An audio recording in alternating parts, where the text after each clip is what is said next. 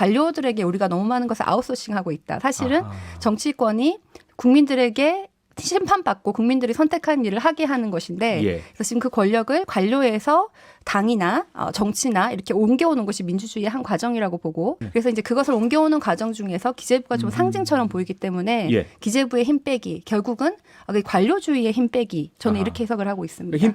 네, 표창원의 뉴스 하이킥 3부 문을 열었습니다. 뜨거운 정치 현안과 함께 대한민국을 바꿔나갈 정책 이야기를 주로 다루는 코너 여의도 정책 발굴단 오늘 함께 해주실 세 분 소개하겠습니다. 먼저 더불어민주당 이재명 캠프 대변인으로 활동하셨었던 최지은 서울대 국제대학원 겸임 교수 나오셨습니다. 안녕하세요. 네, 안녕하세요. 예, 그리고 국민의힘 윤석열 캠프 대변인 맡고 계시죠? 예? 네, 김병민 경희대 행정학과 개공교수 나오셨습니다. 2주 만에 나오셨어요. 네, 지난주에 저희 후보자 토론회가 있어서 강원도를 가는 바람에 예. 부득이 결석을 했습니다. 반갑습니다. 네, 고맙습니다. 그리고 새롭게 김동연 후보 캠프 송문희 대변인 모셨는데요. 송문희 대변인께서는 고려대 정치리더십센터 연구교수를 지내셨죠. 안녕하세요. 네, 안녕하세요. 반갑습니다. 반갑습니다. 세 분 다 서로 원래 구면이신가요? 우리 김 대변인하고는 방송도 같이 했었고 아하. 서로 좀 서로 응원하는 사이입니다. 응원. 네. 그럼 최지은 대변인 오늘 처음 뵀는데 처음 뵀어요? 좋아하실 것 같습니다. 네, 고맙습니다. 반갑습니다. 지금 저희 방송은요 유튜브로 생중계되고 있습니다. 저희 모습을 직접 보고 싶으신 분들 그리고 댓글로 직접 참여하고 싶으신 분들 실시간으로 저희가 다 확인하고 있으니까요. 유튜브에서 표창원의 뉴스 하이킥을 검색해서 들어와 주시면 감사하겠습니다. 네, 오늘도 뜨거운 정치권 현안 먼저 조금 짚어보고 가겠습니다. 이재명 후보가 적극 추진하겠다고 밝힌 전국민 재난지원금. 그런데요. 정부 측 김부겸 총리는요. 여력이 없다. 주머니 뒤진다고 돈이 나오나 이런 이제 말씀을 하셨는데 어떻게 보고 계실까요? 김병민 대변인님 어떻게 보고 계세요? 네, 제가 오늘 표창원의 뉴스 하이킥 오면서 라디오를 들으면서 왔습니다. 예. 오다 보니까 박용진 선대위원장이 네. 또 같이 인터뷰를 하면서 재난지원금은 재난지원금답게 써야 된다는 본인의 소신을 피력하시더라고요. 개인 의견 밝혔죠? 네. 전적으로 동의합니다. 예. 정말 어렵고 힘드신 분들 위해 재난지원금이 쓰여져야 되는데 김부겸 총리를 비롯해서 지금 현재 정부에서도 난색을 표하고 있지 않습니까? 예. 결국은 정권을 운영하겠다고 하는 정치인 입장에서는 책임의식을 느껴야 되고요. 네. 여기에 대해서 말로만 정치적인 주장을 할 것이 아니라 있는 현실에 기반해서 내용을 조정할 수 있는 능력이 필요할 건데 네. 집권 여당 후보의 발언이기 때문에 더더군다나 내년도 대통령 선거를 위한 정치적인 행위에 좀 불과하지 않았는가 이렇게 생각합니다. 예. 송문희 대변인께서는 어떻게 보고 계세요? 뭐 다들 힘든 시기에 돈 주겠다고 하면 싫어할 국민은 없으실 겁니다. 그렇죠. 받은 사람들은 또 기분 좋아하시더라고요. 그런데 지금 이게 줘야 될 시기냐. 지금까지 재난지원금 얼마 나갔는지 아시나요? 2020년 5월에 1차 재난지원금 시작돼서 제가 적어와 봤습니다. 예. 5차까지 61조가 넘게 나갔어요. 아하, 네. 이것이 지금까지 국가 예산의 한 10% 정도 되더라고요. 네. 그러면 이 돈을 써서 실제로 얼마만큼 이 국민의 생활에 도움이 됐는가의 효과에 대해서 네. KDI 보니까 1차에 대한 결과긴 합니다만 소비 진작 효과가 30%다. 이런 얘기를 했고요. 네. 물론 뭐 국가 재정이 퍼도 나오는 화수분이라면 좋겠죠. 다들 힘드신데 예. 문제는 이재명 후보가 국가 부채 비율이 전 세계에서 가장 낮은 비정상적인 행태다 이렇게 얘기를 하셨는데 예. 질문을 던지고 싶습니다. 뭘 기준으로 국가 부채가 약하다고 하는 건가? 아하. 이 질문을 드리고 싶습니다. 네.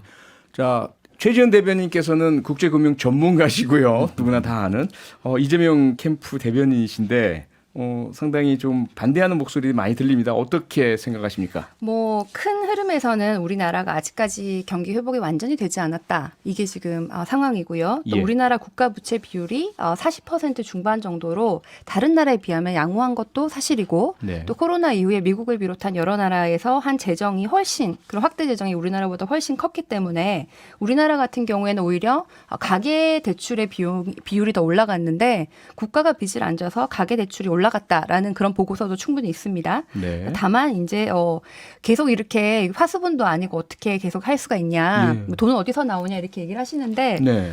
사실 올해는 우리가 생각했던 것보다 추가 세수가 굉장히 많았습니다. 예상보다 더 돈이 많이 거쳐서 세금을 더 걷자는 것이 아니라 지금 거쳐 있는 것을 더 돌려드리자 이런 취지였고요. 네. 또 뭐 오히려 지금 저희가 오히려 걱정이 하는 것은 인플레이션이 좀 많은데 예. 지금 확대 재정을 하는 것이 맞냐 이렇게 생각하실 수 있는데 그 돈이 풀리면 물가가 올라가고 그게 인플레이션으로 이어질 우려가 있다 이거죠? 네, 네네. 그렇습니다. 그런데 지금 금리는 시장에서 어쩔 수 없이 올라갈 수밖에 없는 상황에 맞은 것 같습니다. 위드 네. 코로나가 시작하면서 미국을 비롯해서 여러 나라가 올리기 때문에 예. 오히려 재정은 모든 이런 재난지원과 같은 재정 지원은 모든 사람에게 골고루 가기 때문에 취약계층에게 더 큰 도움이 되는 반면 네. 금리 정책은 이자율이 낮아가지고 부자가 더 부자가 되는 측면이 있었거든요. 예. 차라리 재정을 확대하고 금리가 축소해서 재정의 금리를 리드해서 경기 부양과 양극화를 두 개 다 잡아야 할 때라고 보입니다. 네. 자, 지금 우리 이제 세 분께서 국가 부채 얘기 살짝 주셨는데요. 우리 이런 의견이 좀 부딪힙니다. 한쪽에서는 여전히 선진국과 비교해서 우리 국가 채무 GDP 대비 비율이 낮다. 다른 쪽에서는 미국 같은 나라는 소위 기축통화국이라서 마음대로 돈을 찍어낼 수 있어서 괜찮지만 우리나라는 지금 40% 넘긴 것도 사실 좀 위험하다. 최지은 대변인 전문가로서 어떻게 보세요? 이게 40%가 넘으면 위험하다. 뭐 이렇게는 어디도 적혀 있지 않고요. 네. 뭐 IMF나 세계은행에서도 이게 뭐 법처럼 규정이 적혀져 있지는 않지만 보통 IMF는 한 60% 정도면 안전하다라고 보고 네. 그 GDP 대비 국가 부채 비율이 세계은행은 뭐 70%까지도 안전하다라고 보고 있기 때문에 예. 우리나라는 사실 건전한 것이 맞고 네. 다만 이것을 좀 너무 빨리 올라가는 것에 대해서는 미리 준비를 해가지고 좀 조심할 필요는 있는데 조심할 필요는 있다. 네, 지금은 네. 국가 부채를 더 늘리자는 것이 아니라 세수가 예. 많이 거쳤기 때문에 그것을 환원하자라는 얘기라서 네. 국가 부채를 더 늘리자는 얘기도 아닌 것 같습니다. 예. 이번 재난지원금은. 네, 송문희 대변인. 저는 뭐 정치학 전공자입니다만 금융 전문가께서 오셨으니까 좀 여쭤보고 싶은 것이 이재명 후보가 국가 부채를 계속 얘기를 하는데 국가 부채와 국가 채무가 다르다는 거는 아시겠죠? 아시죠? 그래서 지금 얘기하는 국가 채무라는 거는 공기업의 채무를 포함하지 않고 있습니다. 지금 한국의 공기업 부채가 거의 550조가 넘어간다 그래요. 이거 일단 빠져 있고요. 국가 부채라고 얘기할 때는 국가 채무와 또 다른 개념으로 뭐 지방 정부라든가 공공기관 부채까지 다 포함되는 것이거든요. 이렇게 계산을 한다면 국가 부채가 거의 90% 갈 수도 있다. 이런 또 연구 결과가 있습니다. 그래서 국가 부채와 국가 채무를 명확하게 구분을 해서 말씀해 주시면 좋겠다. 이재명 후보께서 그런 생각이 들고 뭐 국가 채무로 봤을 때 일본은 200%, 뭐 미국 이런 데는 100% 넘죠. 네. 그렇지만 아까 말씀하셨듯이 여기는 기축통화국입니다. 예. 기축통화로 달러를 보호하기 때문이고 예. 우리는 돈을 찍어낼 수가 없어요. 그래서 결국에는 2029년에 이 상태로 가면은 2천조 원이 넘는 빚을 지게 됩니다. 결국 미래 세대의 짐으로 가게 된다. 이 미래 말씀 세대의 드리겠습니다. 짐이다. 네. 김병민 대변인 짧게 말씀 주시고 다음으로 넘어야 될 것 같습니다. 문재인 정부 들어서 국가 예산이 굉장히 대폭 증가하지 않았습니까? 세수 여건이 굉장히 좋았던 거 아마 부인하기 어려울 겁니다. 그 좋았던 여건에 맞춰서 많은 이 지출 예산들을 확대했는데 이 늘어난 것들이 줄이기가 쉽지가 않을 거예요. 근데 어느 순간 경제 문제라든지 코로나가 끝나고 났을 때 어려움을 겪고 지금 같은 경우에 세입 예산이 확충되지 않았을 때는 과연 어떻게 할 것인가에 대한 고민들이 있을 거고요. 네. 이 국가 채무에 관한 문제는 결국은 우리 현대 세대의 문제이기도 합니다만 미래 세대의 빚으로 그대로 전가될 수밖에 없는 문제 아니겠습니까? 이런 중차대한 일들을 지금 있는 정치인들이 너무 쉽게 얘기하는 건 아닌가 싶고 아하, 예. 미래 세대를 언급하고 생각하고 고민하는 정치인들이라면 최소한도로 국가 채무, 국가 부채를 언급하는 과정 속에서는 미래 세대와 사회적 합의를 이루는 과정들을 꼭 좀 언급했으면 좋겠다는 제가 생각입니다. 한 번만 더 반박을 해도 될까요? 네, 짧게 부탁드릴게요. 국가 채무나 부채를 더 늘리자는 얘기가 아니고요. 초과 지금 걸친 세수를 더 어떻게 나눠주냐의 얘기고 이렇게 이런 재난지원금 같은 경우에는 일회성이지 이게 뭐 내년, 뭐 내후년 계속 꾸준히 이어지는 것이 아니니까 네. 지금 재난지원금을 준다고 앞으로 국가 부채가 점점 더 늘어난다라는 것은 상관관계가 전혀 없고 네. 또 한마디만 아까 반박을 할게요. 뭐 김부겸 미국 같은 부총리가 경우에, 여력이 네. 없다, 주머니 뒤진다고 돈 나오냐, 내년도 예산에 편성조차 돼 있지 않는 얘기를 이재명 후보가 끌고 나왔기 때문에 드리는 말씀입니다. 지금 코로나가 우리가 지금 위드 코로나를 시작하기 때문에 경기 부양이 좀 될 것으로 보입니다. 그런데 예. 그 효과가 12월 지나도 계속 될 것인가라는 것은 의문이고요. 경기가 사실 잘 돌아야 세금도 더 많이 거치고 국가 주머니도 더 차는 것이죠. 그래서 저도 두 분과 같이 뭐 막 이렇게 부채를 너무 늘리자 이런 입장은 아닙니다. 네. 다만 지금은 우리가 아직까지는 경기 회복이 완전히 되지 않았는데 마치 경기 회복이 다 된 양 이렇게 예. 국가 부채를 생각할 때는 아직까지 아니라는 생각이 듭니다. 초과 세수 범위 내에서라는 말씀이시죠? 알겠습니다. 예, 그럼 또 다른 현안입니다. 안철수 국민의당 대표가 대선 출마 선언을 했습니다. 그러면서 야권 통합 이거 불가능하다, 생각도 없다, 단일화 생각 없다 이렇게 이제 못을 박았는데요. 과연 끝까지 완주를 할까요? 김병민 대변인님 네. 어떻게 보세요? 2017년도, 2018년도만 경험했던 정치 상황이라면 굉장히 야권 분열에 대해서 걱정과 우려를 하시는 분들이 많을지도 모르겠습니다. 네. 하지만 불과 얼마 전에 있었던 4.7 보궐선거를 기억하시는 분들께서는 안철수 후보가 대선에 출마하긴 했지만 정권 교체를 위한 큰 대의를 바탕으로 결국은 크고 넓은 강물에서 다 같이 만나지 않겠는가라고들 생각하는 국민이 훨씬 더 많다고 봅니다. 네. 지금은 정권을 연장하느냐 아니면 지금 있는 상황을 극복하기 위한 새로운 정권으로 정권 교체를 원하는가에 대한 큰 양단의 선택에 놓여져 있다고 생각하고요. 예. 안철수 후보도 정권 교체에 힘을 보태기 위한 본인의 정치 행보를 이어가고 있다고 저는 생각합니다. 단일화가 될 것이다. 예. 네. 송문희 대변인께서는 김동연 후보도 제3지대 후보인데요. 어떻게 보고 계세요?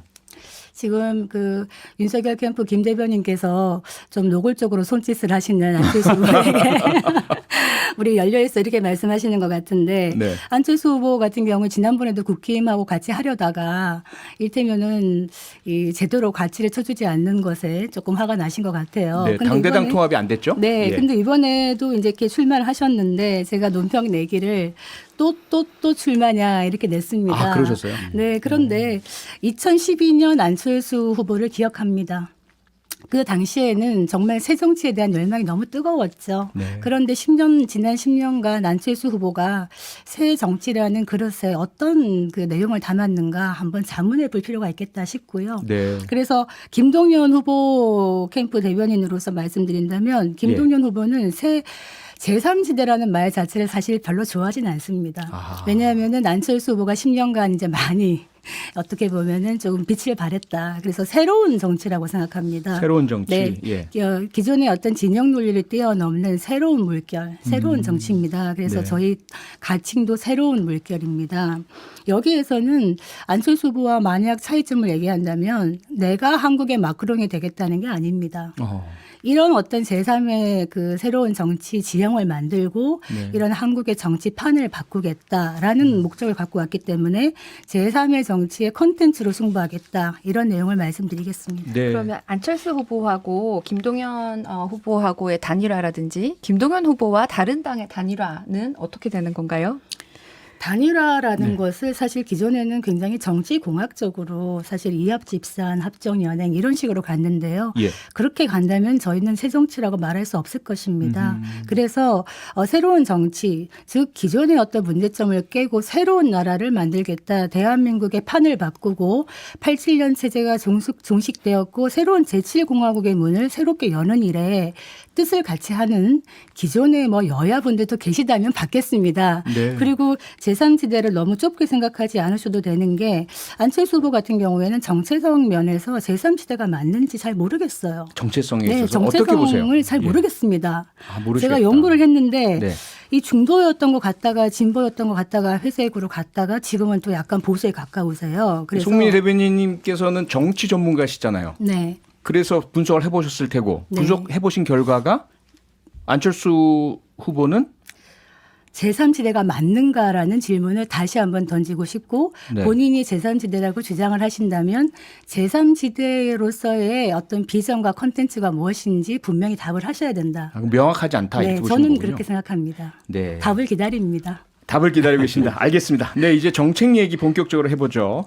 오늘은 공공부문 개혁 이야기를 해보려고 하는데요. 송문희 대변인께서 처음 나오시기도 하셨고요. 김동연 후보의 1호 공약이 공공부문 개혁, 그중에서도 관료조직 개혁입니다. 그런데 김동연 후보께서는 부총리도 하셨지만 거의 공직 사회가 고향 같은 분이잖아요. 그런데 고향을 개혁하겠다라고 하셨어요. 여기 대해서 많은 이제 이야기들이 있는데 좀 구체적으로 어떤 방향입니까?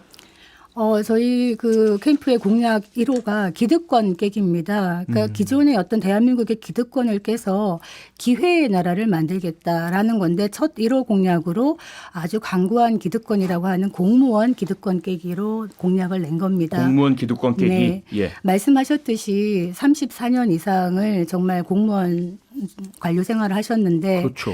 그런 비판을 하더라고요. 당신은 꽃길을 걸어놓고 평생 지고 봐서 친정에 침 뱉느냐 예. 이런 비판도 하시는데 네.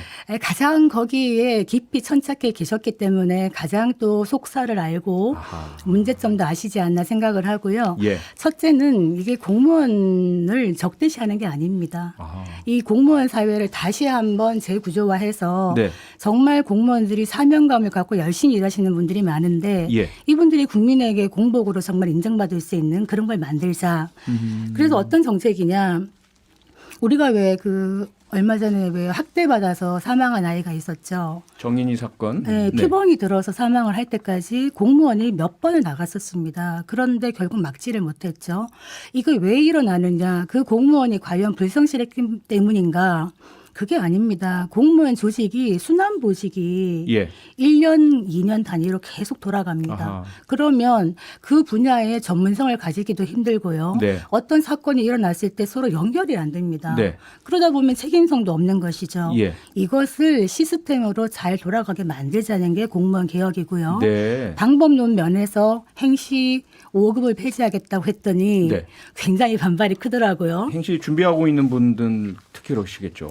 사실 지금 노량진에서 컵밥 드시면서 몇 년간 고생하시는 분들 너무 많습니다. 그렇죠. 이 청년들이 공무원이 꾸민 나라는 미래가 어떨까 생각하게 되는데요. 예. 국가적으로도 낭비입니다만 5급이라는 게 똑같은 시험 봐가지고 합격해서 들어가면 그 순간부터 동일성 집단이 돼요. 네. 그분들이 고위 관료가 되는데 그렇게 하지 말자. 5급을 폐지하고 민간에서 경력직을 충원하고 예. 7급, 9급의 내부 승진을 확대하자라는 겁니다. 네. 그리고 또 전문직과 관리직을 나눠서요. 관리직은 정년을 폐지하겠다는 겁니다. 예. 조금 짧게 네. 끊어주셔야 될 것 같아요. 또 하나만. 그러면 시간이 다 갈 것 같습니다. 사실 네. 제가 네. 저희 후보 캠프가 이 정책을 너무 준비를 많이 했는데 네. 얘기할 기회가 없어요.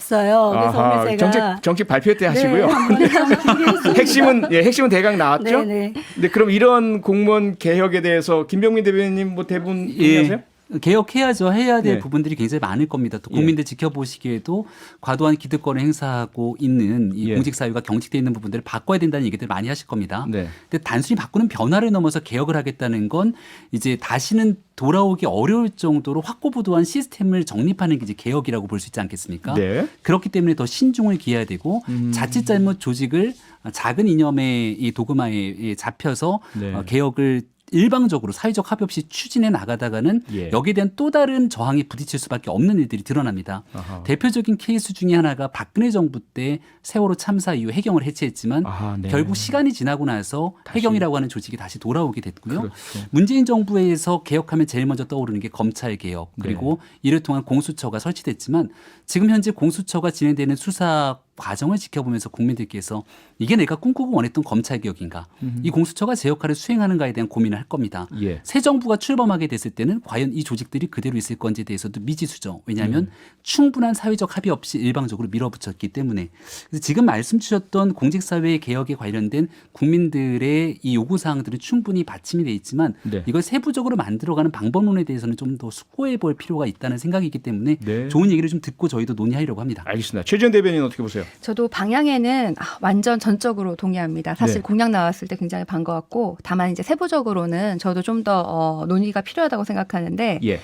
특히 저는 그 방향에서 우리나라의 문화까지도 다 좀 연결이 되어 있는 것 같아요. 네. 제가 이제 외국의 공무원 조직과 한국의 공무원 조직 아니면 외국 사회와 한국 사회를 비교를 해보면 가장 큰 차이가 다양성을 중요하게 생각하느냐 안 하느냐의 차이인 것 같습니다. 네. 예를 들어서 바이든 대통령이 대통령 된 다음에 내각을 미국의 인구 분포와 같이 꾸리겠다라고 한 다음에 다양한 나이, 다양한 뭐 성별, 뭐 인종 이렇게 해서 골고루 뭐 장차관을 비롯해서 다 시키고 뭐 공정거래위원장이 32살, 네. 재무부 차관은 39살, 그때 재무부 장관은 뭐 80살 네. 뭐 이렇게 다 골고루 있잖아요. 예. 근데 한국의 공무원 장차관 그 인사를 보면 대부분 한 90%는 특히 차관의 경우에는 90%가 행시 출신이고 네. 딱 그 연배여야 돼요. 한두 살 많거나 두세 살 많은 건 괜찮은데 50대 남성이죠, 대부분. 조금 어린 사람이 네. 돼도 위에 사람이 옷을 벗어야 되기 때문에 예. 뭐 좀 나이 많은 사람은 나이 많아서 이런 식으로 나이가 어디 적혀 있진 않아요. 어디 그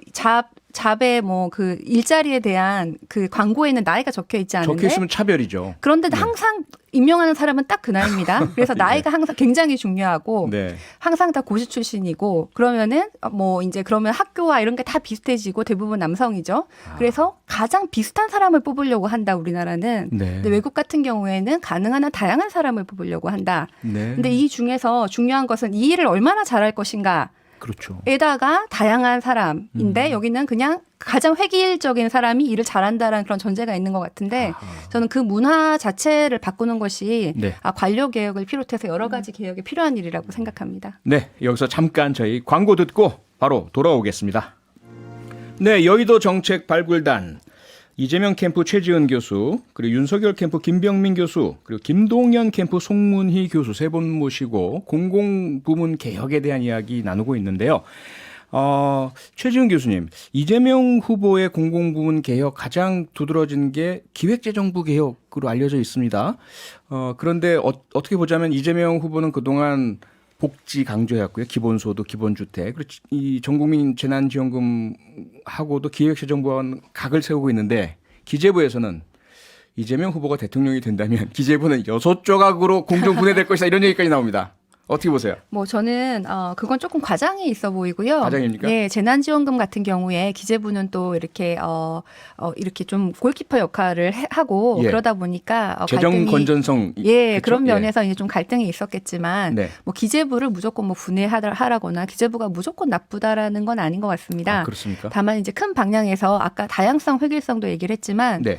제가 느끼는 거는 우리나라 민주주의가 아직까지 선진화되지 않았다라고 느끼는 것이 너무 많은 것을 관료에 의존하고 있는데 아하. 기재부는 좀 거기에 상징처럼 보이는 것 같아요. 네. 그 관료 집단의 상징. 예. 그래서 예를 들어서 뭐 우리나라에 뭐 12개 정도의 국정 운영을 해야 되는 부처가 있으면 네. 당에서 뭐 집권 여당이든 야당이든 거기에 대한 비전을 다 제시하고 거기에 대해서 이제 그 유권자에게 선택을 받아서 선출된 권력이 그 일을 하도록 실행하도록 이제 그 가장 거기에 효율적이도록 그 관료 개혁을 하고 네. 뭐 장차관을 그 일을 잘 할 수 있는 사람을 임명을 해야 되는데 우리나라는 한 12개 중에 한 서너 개는 당에서 야당이든 여당이든 하는데 나머지 8개는 그냥 관료들이 좀 알아서 하는 것이 계속 이어졌던 것 같습니다. 예. 뭐 검찰, 언론 같은 경우에는 우리가 이번에 막 얘기를 많이 했으니까 알지만 네. 사실 뭐 정권 초기만 해도 부동산 같은 경우에 우리 당이 얼마만큼 많이 했나 이런 반성이 들고 오히려 관료들에게 하도록 놔뒀던 것이 아닌가라는 생각이 들고요. 예. 뭐 통상이라든지 여러 가지 분야에서는 아예 뭐 여당이든 야당이든 그런 통상 정책에 관해서 정책 토론을 하는 것을 거의 들어본 적이 없습니다. 아하. 그래서 대부분 이 국정 운영 중에서 우리가 당들이 해야 되는 것이 한 40%만 하고 있으면 네. 국회의원 세비도 한 40%만 받아야 되는 것이 아닌가. 이 일을 다 못하고 있는데 네. 이런 측면에서 이제 전반적으로 관료들에게 우리가 너무 많은 것을 아웃소싱하고 있다. 사실은 아하. 정치권이 국민들에게 심판받고 국민들이 선택한 일을 하게 하는 것인데 예. 그래서 지금 그 권력을 관료에서 당이나 정치나 이렇게 옮겨오는 것이 민주주의의 한 과정이라고 보고 네. 저는 이 관료 의존성이 우리 박정희 정권 시대부터 네. 시작됐다고 생각을 하거든요. 예. 그래서 이제 그것을 옮겨오는 과정 중에서 기재부가 좀 상징처럼 보이기 때문에 예. 기재부의 힘 빼기 결국은 관료주의의 힘 빼기 저는 아하. 이렇게 해석을 하고 있습니다. 힘 빼기 개혁은 하긴 하겠지만 이렇게 공중분해까지는 아니다. 요렇게. 기재부에 한한 것도 아니고요. 전체적으로 알겠습니다. 네. 정당이나 예. 정치에서 국민들의 의견을 반영한 그런 정책을 만드는 것이 중심이 되어야 제 된다고 역할을 생각을 하겠다. 합니다. 송문희 교수님, 김동연 후보는 바로 직전 경제부총리였고 기재부 장관이었습니다. 고향을 개혁하겠다. 기재부도 포함되는 건가요? 어떻게 보세요? 뭐 빠지지는 않겠죠. 특히 말씀하셨듯이 기재부가 가장 비대한 부처라고 인식되고 있지 않습니까? 네. 실제로 그렇고요. 예. 예전에 기획예산처 분리했더니 아유 정말 중요한 일에 제대로 못하겠다 해가지고 막 합치다 보니까 더 비대해진 거잖아요. 예. 기본적으로 예산을 짜는 조직과 사업을 진행하는 조직은 분리돼야 됩니다. 그게 지금 안 되고 있는 건 문제다. 아. 이 부분은 계속 논의가 돼야 될 것 같고요. 예. 그렇다고 뭐 국무총리가 예산권을 가져간다? 이것도 아닙니다. 아. 정부 정책 사업을 총괄하는 국무총리가 예산권 가져가면 그 누가 견제합니까? 네. 그래서 총리실이 가져가느냐 기재부를 쪼개느냐 이게 중요한 것이 아니라 국가 예산의 정책 결정 과정이 얼마나 투명하고 책임성 있게 되는가를 네. 만드는 시스템이 중요하다 이 네. 생각이 듭니다. 예, 검찰총장 출신의 윤석열 후보는 기재부 개혁 어떻게 바라보고 있을까요? 네, 아직까지는 뭐 기재부 개혁이라든지 또 네. 정부 부처의 공공기관 개혁에 대해서는 11월 5일 후보가 확정되고 난 다음 조금 더 고민이 필요한 공약으로 보고 있고요. 예. 아니 김병민 대변인님 예. 매번 저희가 정책 얘기하면 다음에 공약 내놓는다. 저희가 다른 정책 내놓는다. 여러 그러셔서. 가지 얘기들 청년 공약부터 예. 주택 공약 많은 얘기들을 했는데 네. 다만 이제 환경에 관련된 문제 일부 그리고 지금 나오고 있는 공공기관 개혁 같은 경우는 워낙이나 중차대한 일이어서 아하. 시원시원하게 후보 경선 과정에서부터 얘기는 할 수 있습니다. 네. 예를 들어서 뭐 이런 부분들 부처를 없애겠다. 뭐 여기에 대한 사람들 공무원을 감축시키겠다. 하지만 정작 집권하고 났을 경우에 네. 이 내용과 현실이 전혀 다르게 돌아갈 수 있는 여지들이 있고요. 그렇죠. 윤석열 후보가 가장 깊이 고민하고 생각하는 건 예. 정치인이 몇몇 전문가들과 모여서 뚝딱 만들어내는 정책 공약이 아니라 사회적 갈등을 유발시킬 수 있는 주제라면 네. 충분한 사회적 공감대를 바탕으로 합의들을 이끌어내고 난 뒤 정책 공약을 내세우는 것이 훨씬 책임 있는 정치인의 자세라고 생각을 합니다. 네. 그래서 특히나 이 공공부문 개혁에 관련된 내용들은 아직 구체적인 공약이 나오지 않았다는 점들을 거듭 말씀을 드리는 거고요. 예. 그런 지금 합의를 얘기하고 있는 네. 내용들 조금만 더 얹어서 말씀을 드릴게요. 네. 우리 그 최진 대변인께서는 이제 나름대로 행정 분야의 과잉에 대한 측면들을 좀 지적해 주신 것 같은데 예. 정부 부처의 관료들이 자기들의 목소리를 내고 또 기득권의 역할들을 하는 일부 사람들도 있지만 오히려 얼마 전 월성원전에 대한 수사로 산업부 공무원들이 정치 권력에 부안해동하듯이 움직이면서 자료를 삭제했던 모습들로 구속됐던 상황들을 지켜보게 된다면 오히려 정치 권력이 행정 권력을 제대로 통제하지 못하고 남용되는 문제 때문에 이 일련의 상황들이 이어진 것은 아닌가 이런 생각이 들기도 합니다. 예. 결국은 행정 과잉, 정치 과잉 둘을 모두 개혁하기 위한 노력들이 필요한데요. 네. 여기에 대한 내용들까지도 구체적으로 고민하면서 아하. 정책 공약들 내세울 겁니다. 아, 네. 저도 공감합니다. 예. 지금 뭐 행정 조직의 비대뿐만 아니라 정치 과잉이 한국 정치를 많이 상하게 하고 있다 이 생각 듭니다.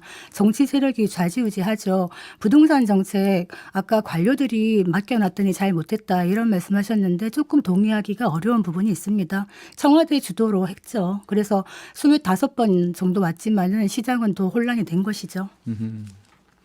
네.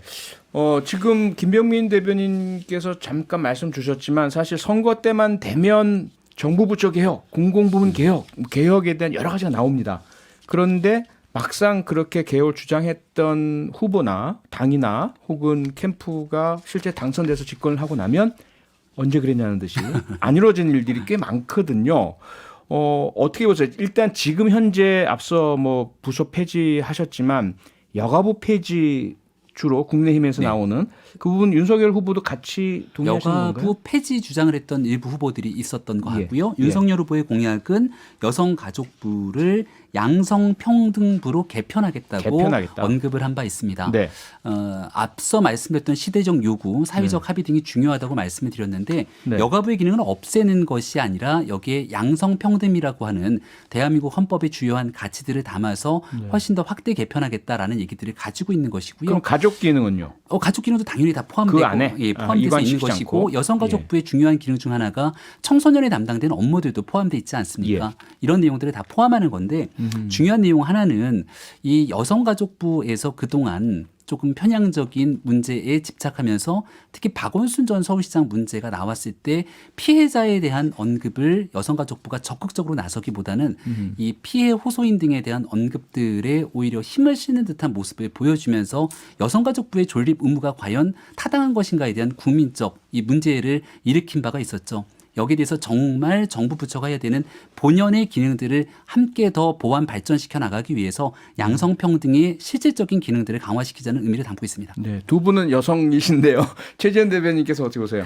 뭐 저는 여성 가족을 위한 그런 부서가 왜 필요한지 그걸 생각해 보면은 아직도 필요하고 또 아직까지 이 문제가 해결되지 않았는데 부서를 폐지하는 것은 반대합니다. 네. 다만 이제 여가부가 아직까지 좀 더 부족한 면이 있었다거나 뭐 잘못한 것이 있으면 그것을 개선해서 더 효율적으로 만드는 방법으로 오히려 힘을 더 실어주는 것이 필요한 것 같은데요. 네. 이름 같은 경우에는 사실 여성 운동 하시는 많은 분들이 그동안은 뭐 여성의 그 평등 그러시다가 양성 평등 남자 여자 다 이렇게 하다가 또 다른 성까지 해서 성평등으로 지금 양성의 양자도 빼고 성평등으로 이렇게 바뀌고 있는 게 지금 여성 운동의 기조입니다. 네. 뭐 그것을 반영해서 이름을 바꾼다거나 뭐 이런 것은 문제될 것 같지는 않고요. 예. 오히려 이제 지금 우리가 마치 여성을 위한 정책들이 청년들에게 해가 되는 듯한 을과 을의 그 싸움 구조에선 좀 나와가지고 네. 여성과 청년이 가지고 있는 그 약자들 기득권이 아닌 약자들의 그 파이가 다 같이 커질 수 있는 것들을